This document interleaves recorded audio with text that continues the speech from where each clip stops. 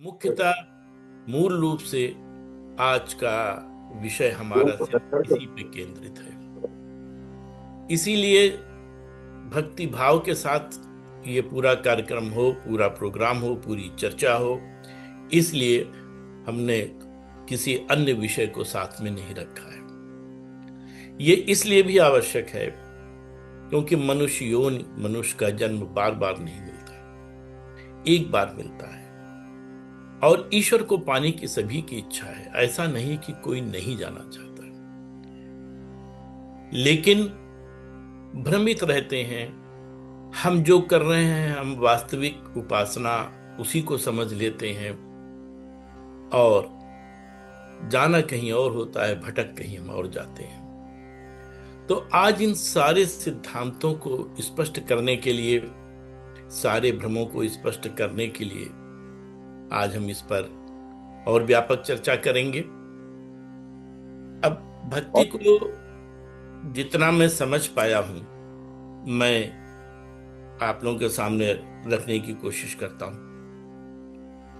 भक्ति देखिए ज्ञान का विषय नहीं है, और ज्ञान से कभी भगवान मिलता भी नहीं। ज्ञान से आत्मबोध तक तो होता है, ईश्वर नहीं मिलता। भक्ति अनुभव का विषय है। अनुभव 100% व्यक्त भी नहीं किया जा सकता, लेकिन आज जो मेरा संबोधन होगा वह शास्त्रीय ज्ञान के साथ साथ अनुभव का अनुवाद भी होगा।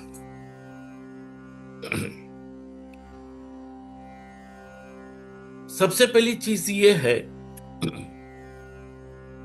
कि आखिर जो हमें मनुष्य योनि मिली है, देखिए इसमें काफी ऐसी चर्चाएं हैं जो हम पूर्व में समय समय पर उसको डिस्कस करते रहे हैं, इसलिए जहां जरूरी है मैं वहीं पर गहराई में जाऊंगा, अन्यथा मैं सब सारे बिंदुओं को स्पर्श करता हुआ आगे निकलूंगा। यदि आप हमसे पूछेंगे कि ये जो बात मैंने रखी है शास्त्र के कहां से रखी है, तो मैं बताऊंगा, अन्यथा मैं, चूंकि समय कम है, बात ज्यादा है, इसलिए मैं आगे बढ़ता चला जाऊंगा। मनुष्य का जीवन बहुत दुर्लभ है, हम सब जानते हैं, और अगर ये मानव जीवन किसी भी तरीके से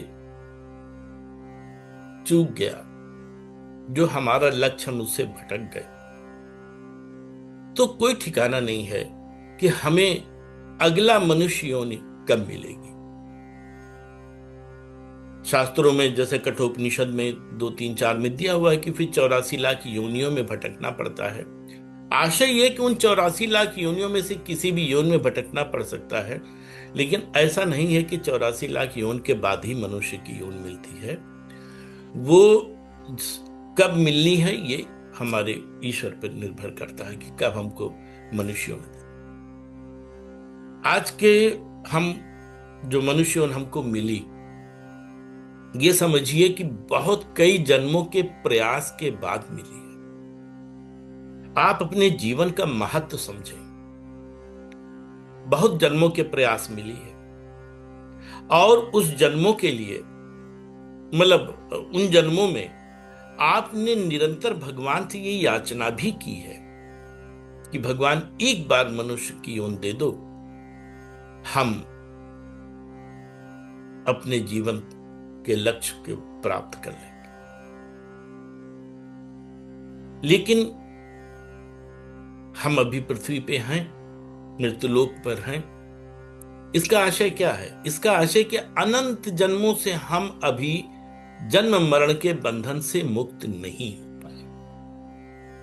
ईश्वर हमको समय समय पर मनुष्य योनि देकर अवसर प्रदान करता रहा। हर जीव चाहता है कि वो ईश्वर को प्राप्त करे, लेकिन माया का आवरण जो है कई जन्मों का इतना जबरदस्त पड़ जाता है कि वो वास्तविक लक्ष्य तक पहुंचने नहीं देता। ये सबसे बड़ी विडंबना है, हमको इसे समझना होगा। इसीलिए मैंने वो लिखा था कि मुझे जगत चाहिए या जगन्नाथ, खाली चिंतन मात्र से आपका भाव बदल जाता, और लोगों ने किया है। देखिए, बहुत अच्छे पुण्य हैं कि आप अच्छे परिवार में आए, आपको वातावरण मिला ईश्वर भक्ति का, ईश्वर उपासना का, और साथ ही साथ सत्संग मिला। ये ईश्वर की बहुत बड़ी कृपा है। उस कृपा के आधार पे हम यहां आए। अब इतना अवसर मिलने के बाद भी यदि हम अपने लक्ष्य से भटक जाएं, तो ये हमारा सबसे बड़ा दुर्भाग्य है। तो हमें करना क्या चाहिए? आखिर जीव चाहता क्या है? जीव आनंद चाहता है। हम प्रति क्षण आनंद चाहते हैं, क्योंकि हम उस आनंद के शक्ति के अंश हैं। इसलिए हमारा स्वभाव है आनंद प्राप्त करना। हम सुबह से लेकर शाम तक जितनी भी हमारी क्रियाएं हैं, वे सब आनंद की खोज में रहती हैं। हम पैसा कमाने की चेष्टा कर रहे हैं, वो भी अपने आनंद के लिए। हम खड़े हैं तो भी अपने आनंद के लिए, सो रहे हैं तो भी आनंद के लिए, भोजन कर रहे हैं वो भी आनंद के लिए। एक्चुअली हमारा सारा मनोविज्ञान आनंद की तरफ ही रहता है। लेकिन दुर्भाग्यवश जो सांसारिक सुख है उसको हम आनंद समझ लेते हैं। आनंद और सुख में बहुत बड़ा अंतर है। सुख स्थायी नहीं है, वो आज मिलेगा कल खत्म हो जाएगा। लेकिन आनंद स्थायी है, और आनंद जब मिलता है तो प्रति क्षण बढ़ता जाता है, वो कम नहीं होता। वो है आनंद। लेकिन आप खुद जानते हैं कि जो माया का सुख है वो स्थिर नहीं है। आज हम सुख हैं किसी उपलब्धि के कारण, कल फिर किसी उसके कारण दुखी भी हो सकते हैं। तो ये स्थायी सुख। तो एक सिद्धांत सामने आया कि जीव आनंद चाहता है। और आनंद क्या है? हमारे सारे उपनिषद, भागवत सब इसी बात को कह रहे हैं। आनंद और ब्रह्म एक दूसरे के पर्यायवाची। छांदोग्योपनिषद हो, तैत्तिरीय उपनिषद, मैं सब उसके वो नहीं कह रहा हूं। ब्रह्म सूत्र में भी 1:12, बल्कि आपका जो उपनिषद और भागवत, कई उपनिषद और भागवत में दिया हुआ है कि आनंद ही ब्रह्म है। आनंदो ब्रह्म करके भी है, रसो वैसा करके भी लिखा हुआ है। आनंद ही ब्रह्म है। और भागवत में स्पष्ट दिया हुआ है 1:12 में कि आनंद और ब्रह्म एक दूसरे के पर्यायवाची हैं। हम ये नहीं कह सकते कि ब्रह्म में आनंद है या आनंद में ब्रह्म है। आनंद और ब्रह्म एक ही है, एक दूसरे के पर्याय। तो जीव का लक्ष्य क्या है? जीव का लक्ष्य है उस परम आनंद को प्राप्त करना। इसीलिए हर मनुष्य को, जीव में भी सिर्फ मनुष्य योनि ही कर्म कर सकती है, मनुष्य योनि ही प्रयास कर सकती है। अन्य जितनी योनियां हैं सब भोग योनि हैं। इसलिए मनुष्य योनि में आने के बाद हमारा यह प्रयास होना चाहिए कि हम उस परम आनंद को प्राप्त करें। हमको उस तरफ बढ़ना है। अब यह आता है कि हम उसको कैसे प्राप्त करें। शास्त्रों में इसका बहुत विस्तार से उल्लेख है। शास्त्रों में इसका बहुत विस्तार से भागवत में बहुत स्पष्ट रूप से इस बात को दिया गया है कि ईश्वर को पाने के 3 मार्ग हैं। हम सब जानते हैं, कई बार चर्चा हो चुकी, इसलिए हम बहुत डिटेल में नहीं जाएंगे उसमें। एक है कर्मयोग, कर्म का मार्ग। दूसरा है ज्ञान योग, ज्ञान का मार्ग। और तीसरा है भक्ति योग, भक्ति का मार्ग। कर्म के माध्यम से जब हम ईश्वर को प्राप्त करने की कोशिश करते हैं तो वो कर्म योग कहलाता है। योग का मतलब होता है मिलना। कर्म के माध्यम से ईश्वर को प्राप्त करना, यह कर्म योग है। ज्ञान के माध्यम से ईश्वर को प्राप्त करना ज्ञान योग है। और भक्ति के माध्यम से ईश्वर को प्राप्त करना, यह भक्ति योग है। अब ये 3 मार्ग आए आपके पास। यद्यपि हमारा जो ग्रुप है वो भक्ति योग की तरफ है, और मैं यही बताना चाह रहा हूं कि इन तीनों मार्गों में सबसे सुलभ और इन तीनों मार्ग की परिणति भक्ति ही है। कर्मयोग, बस 2 लाइन में बता के आगे बढ़ूंगा। कर्मयोग में बड़ी शर्तें हैं। जितना विधि निषेध है वो सब कर्मयोग में है। बड़े नियम हैं, बड़ी शर्तें हैं। उस कर्म से जब हम उन नियमों से आगे बढ़ते हैं तो हम कर्म योग के, यानी कर्म योग के जो मार्ग है उस पर एक ऐसी स्थिति में आते हैं जहां पे हमारा अंतःकरण शुद्ध होने लगता है। इसको और समझिए, तीनों मार्गों पर ये अप्लाई करता है सिद्धांत।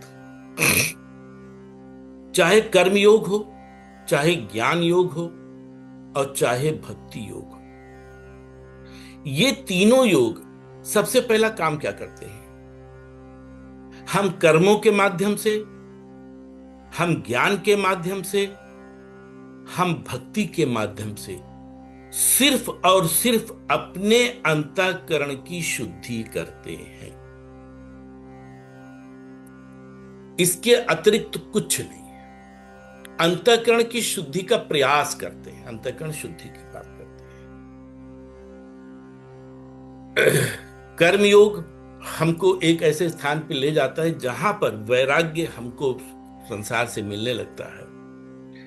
भागवत में 11, हमने कहा था आपसे कि जिसके पास भागवत है वो 11वें स्कंद का 20वां अध्याय जरूर पढ़ ले। उसमें सारी चीजें दी हुई हैं। कर्मयोग और ज्ञान योग और भक्ति योग के बारे में जो भागवत में दिया हुआ है मैं पढ़ के सुनाता हूं। यह पढ़ना आवश्यक है, इससे आगे का कॉन्सेप्ट क्लियर होता है। मैंने आपको बताया कि गीता जो है वो सारे सिद्धांतों को बताती है। उन सिद्धांतों को जीवन में कैसे अमल किया जाए यह भागवत बताती है। इसीलिए भागवत को महापुराण की संज्ञा दी गई है। और भागवत गीता लिखने के, यानी महाभारत के बाद किसी विशिष्ट आदेश पर वेद व्यास जी ने लिखी है, और वो भी तब जब उन्होंने कृष्ण भक्ति इतनी की कि उनके हृदय में भागवत स्थापित हो गई। और किसी ग्रंथ लिखने में उनको इतना प्रयास नहीं था, सिर्फ वेदों के संकलन में था, लेकिन भागवत लिखने में उन्होंने किया, तब ये भागवत आई। अब देखिए, ये जो 3 मार्ग हैं, ये 11वें स्कंद का 20वां अध्याय जो उद्धव गीता से संबंधित है, इसमें भगवान कृष्ण उद्धव को उपदेश दे रहे हैं और उस उपदेश में बता रहे हैं कि मैंने मनुष्यों को कल्याण करने के लिए अधिकार भेद से 3 प्रकार की योगों का उपदेश दिया है। वे हैं ज्ञान, कर्म और भक्ति। यहां पे 3 मार्ग बताए। 3 मार्ग के अलावा उसमें लिखा हुआ है कि 3 मार्ग के अलावा चौथा कोई मार्ग नहीं है। जितने प्रकार की फिर बातें आगे बताई गई, चाहे योगी हो, चाहे कोई भी योग का हो, किसी भी तरह की पद्धति हो, वो सब इन्हीं तीनों मार्गों में किसी न किसी मार्ग का ही विभाजन है, उसी से संबंधित है। योगी शब्द आप ध्यान रखिएगा, योगी शब्द कई बार आ सकता है। कर्म योग, ज्ञान योग और भक्ति योग में, तीनों में योगी वे कहलाते हैं जो भगवान को पा चुके होते हैं, सिद्ध अवस्था में होते हैं, या वहां बिल्कुल अंतःकरण शुद्धि जिनकी हो जाती है, जो माया मुक्त होने लगते हैं, वैराग्य संसार से मिल जाता है। लेकिन शास्त्रों में यह भी कहा गया है, माया मुक्त हो जाए, संसार से वैराग्य हो जाए, लेकिन अगर भगवान की कृपा नहीं हुई तो बहुत संभावना ये पुनः माया में फंस जाए। ईश्वर प्राप्ति तब भी संभव है, ये मैं आगे बताऊंगा। तो योगी वे हैं जो वहां तक पहुंच चुके होते हैं, तीनों मार्गों में कोई भी, वो योगी कहलाते हैं। ये 3 मार्ग बताया, 11, 20, 6, यानी 11वें स्कंद के 20वें अध्याय के 6ठे श्लोक में इन्होंने बताया। और उसमें लिखा कि मनुष्य के परम कल्याण के लिए इनके अतिरिक्त तो और कोई उपाय नहीं है। यही सिर्फ 3 उपाय, और ये तीनों उपाय मैंने एक बार चर्चा भी की थी कि जो भगवान की अंतरंगा शक्ति है, सत्य, चित्त और आनंद, इन तीनों के स्वभाव पर निर्धारित है, और वही स्वभाव हमारे हृदय में है। हमारे पास भी यही 3 स्वभाव है, चौथा कोई नहीं। इसीलिए 3 मार्ग है। इन 3 मार्ग की बात कर रहे हैं। फिर ये कौन लोग, अब भाई ये तो 3 मार्ग हो गए। अब ये जो मनुष्य है, कोई जरूरी नहीं कि सारे मनुष्य भक्ति मार्ग पे ही चले, सारे मनुष्य ज्ञान मार्ग पे चले, या सभी लोग कर्म योग पर चले। तब भगवान ने ये कहा कि किसकी क्या रुचि होती है, उस रुचि के आधार पर यह क्लासिफिकेशन होता है, उनके संस्कारों के आधार पर, और तब वे इन तीनों में से कोई एक मार्ग चुनते हैं। इसका उल्लेख है 11, 20, 7 में। उन्होंने कहा कि जो लोग कर्मों तथा उनके फलों से विरक्त हो चुके हैं और उनका त्याग कर चुके हैं, वे ज्ञान योग के अधिकारी हैं। ज्ञान योग वो जो निर्गुण निराकार ब्रह्म की उपासना करते हैं। उसमें पहली शर्त यह है कि हमारे कर्म फलों की विरक्ति हो चुकी है, देह अभिमान समाप्त हो चुका है, तभी हम ज्ञान मार्ग में प्रवेश कर पाएंगे। अन्यथा सिर्फ श्रम है, इससे ज्यादा कुछ नहीं कह सकता हूं।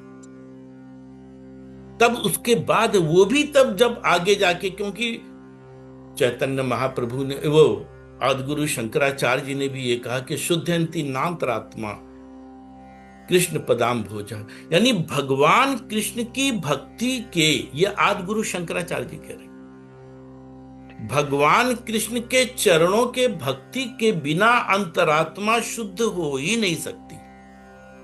ये आदिगुरु शंकराचार्य जी का निष्कर्ष है। तो चाहे ज्ञान योग हो, चाहे कर्म योग हो, चाहे भक्ति योग, तीनों में पहला तो हमारी साधना है। हम जब साधना से ऊपर बढ़ते हैं, योगी की स्थिति में आते हैं, तब वो बात आती है। तो यहां पे जो भगवान ने कहा कि किसका क्या स्वभाव संस्कार के हिसाब से होता है, तब वो उस मार्ग की तरफ बढ़ता है। एक चीज हम आपको और बताएं, भगवान के 3 स्वरूप हैं। एक है निर्गुण निराकार का, दूसरा है सगुण निराकार का, और तीसरा है सगुण साकार का। इसमें किसी प्रकार का संदेह नहीं होना चाहिए। उपनिषद में तो बहुत स्पष्ट इस बात को कहा गया है, और इसमें भी कहा गया है, भागवत में भी कहा गया है कि यदि कोई ये कहता है कि ब्रह्म या भगवान सिर्फ सगुण साकार हैं, निर्गुण निराकार नहीं है, अथवा कोई ये कहता है कि निर्गुण निराकार है, सगुण साकार नहीं है, तो वो समझ लीजिए अभी उसको कुछ भी नहीं ज्ञान है, वो अभी अज्ञानता के ही अंधकार में है। तो ये तीन स्थितियां हैं। हम चाहे निर्गुण निराकार की उपासना करें, चाहे सगुण निराकार की उपासना करें, चाहे सगुण साकार की उपासना करें, कर हम उसी की रहें और उसी माध्यम से हम प्रारंभ करते हैं। तो यहां पे जो ज्ञानी हैं वो निर्गुण निराकार ब्रह्म की उपासना करते हैं। जो कर्मयोगी हैं वो सगुण निराकार अथवा सगुण साकार दोनों की उपासना करते हैं। और जो भक्त हैं वे सगुण साकार की उपासना करते हैं। ये किसी के ऊपर बाध्यता नहीं है। भागवत में कहा गया कि अपने रुचि और संस्कार के आधार पे वो इन मार्गों का चयन करते हैं। सफलता असफलता तो आगे की बात है। तो कह रहे हैं कि ज्ञान मार्ग पे कौन जाते हैं? जो कर्मों और उनके फलों से विरक्त हो गए, देहा अभिमान जिन्होंने खत्म कर दिया, उनका त्याग कर चुके हैं, वे ज्ञान योग के अधिकारी हैं। यानी तब वो ज्ञान मार्ग पे जा सकते हैं, उसके पहले नहीं। दूसरा उन्होंने कहा, इसके विपरीत जिनके चित्त में कर्मों और उनके फलों से वैराग्य नहीं हुआ, यानी अभी कर्म फलों के प्रति वो आसक्त हैं, उनमें दुख बुद्धि नहीं हुई है, वे सकाम व्यक्ति कर्म योग के अधिकारी हैं। इसका आशय है कि जो लोग कर्म फलों की आसक्ति में भी लगे हुए हैं और सकाम पूजन भगवान का करते हैं, वे कर्म योग के अधिकारी होते हैं। वो उसी तरफ बढ़ते हैं। शुरुआत उनकी देवताओं से प्रारंभ होती है। आगे बढ़ करके जब तक साधना में है तब तक विभिन्न प्रकार के देवताओं का पूजन, ये करना वो सब करते रहते हैं, लेकिन किसी ना किसी उद्देश्य से करते हैं। तीसरी श्रेणी उन्होंने बताई कि जो पुरुष ना तो अत्यंत विरक्त है और ना अत्यंत आसक्त है, तथा किसी पूर्व जन्म के शुभ कर्मों से सौभाग्यवश मेरी लीला कथा आदि में उसकी श्रद्धा हो गई है, वह भक्ति योग का अधिकारी है। यानी ना उस पर विरक्ति है, न कर्म, मतलब किसी प्रकार का कोई त्याग नहीं है, लेकिन भगवान की लीलाओं में उसकी रुचि है, सगुण साकार की उपासना में उसकी रुचि है, वे भक्ति योग के अधिकारी हैं। कितना स्पष्ट संकेत है। कर्म फल का भी संकेत है कि आपको क्या करना है, ज्ञान योग में दे दिया कि पहले आपको क्या करना है, इसलिए आप अंदर तब अधिकारी होंगे। लेकिन भक्ति योग में किसी प्रकार का कोई संकेत नहीं, कोई नियम नहीं बताया, बस खाली आपकी विरक्ति भी नहीं है, आप आसक्त हैं जगत के प्रति, आप उसके भी प्रति आसक्त हैं, सब कुछ है, लेकिन आपकी सगुण साकार की उपासना, उनके नाम रूप गुण लीलाओं में रुचि है, तो आप भक्ति मार्ग के अधिकारी हैं, आप भक्ति योग के अधिकारी हैं। ये बात उन्होंने कही। इसी के साथ आगे उन्होंने बताया कि इसका करना क्या है। कर्म योग, ज्ञान योग और भक्ति योग में मैं ये इसको इसलिए पढ़ रहा हूं, ये भी ये जो मैंने पढ़ा है ये 11, 20, 7 था भागवत का। अब मैं 11, 20, 24 का पढ़ रहा हूं, 11वें स्कंद के 20वें अध्याय का 24वां। उन्होंने कहा कि यम, नियम, आसन, प्राणायाम, प्रत्याहार, धारणा, ध्यान, समाधि, ये जितने उपाय हैं ये उन्होंने कर्म योग से संबंधित बताया।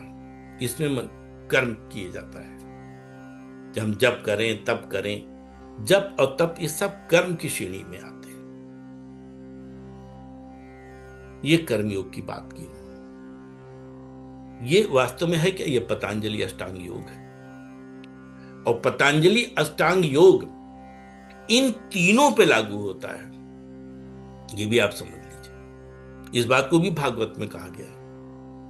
विशेष रूप से कर्म का है, लेकिन अगर आप ज्ञान मार्ग में जाना चाहें, आप कर्म योग में जाना चाहें, आप भक्ति योग में जाना चाहें, किसी मार्ग पे चलना चाहें, आपको जो साधन और प्रक्रिया अपनानी है वो काफी कुछ पतंजलि अष्टांग योग के आधार पर ही निपटा अपनानी है। क्योंकि यह मुख्यतः आपको मन को एकाग्र करने की विधि बताता है, यह पतंजलि अष्टांग योग। और इसको भागवत में मुख्यतः कर्म योग की श्रेणी में रखा गया, क्योंकि कर्म करके ही हम वहां तक पहुंच पाएंगे। लेकिन ज्ञान योग के लिए उन्होंने क्या कहा? वस्तु तत्व का निरीक्षण परीक्षण करने वाली आत्मविद्या से, वस्तु तत्व यानी सांख्य योग, जो सांख्य योग के जानकार हैं, जो सांख्य योग में चलते हैं, ज्ञानी लोग, वे, और जो अपने आत्मविद्या यानी अपने उसके आत्मज्ञान के आधार पर जो आगे बढ़ते हैं, वे ज्ञान योग के आधार पर चलते हैं। इसकी परिणति कहां तक है? आत्मबोध तक, इससे ऊपर नहीं। तीसरा उन्होंने कहा कि जो मेरी प्रतिमा की उपासना से ये परमात्मा का चिंतन करते हैं, वे भक्ति योग में आते हैं। परमात्मा की उपासना मतलब प्रतिमा की उपासना से बड़ा स्पष्ट यहां पे दिया। मूर्ति पूजा के बारे में यहां भक्ति योग में एक प्रमुख चीज बताई गई है, यानी साक्षात सामने रख के सगुण साकार के रूप। हमारे लिए ये आसान इसलिए पड़ जाता है क्योंकि हम अनंत जन्मों से चले आ रहे हैं, और अनंत जन्मों से हम सगुण साकार का ही व्यवहार में लिए हुए हैं। ये भागवत में बहुत स्पष्ट 1:3-28 में दिया हुआ है। सगुण साकार व्यवहार को अपनाते अपनाते हमारी जो मानसिक प्रवृत्ति है वो सगुण साकार की तरफ ही रहती है। निर्गुण निराकार की तरफ हम स्थित नहीं हो पाते। इसलिए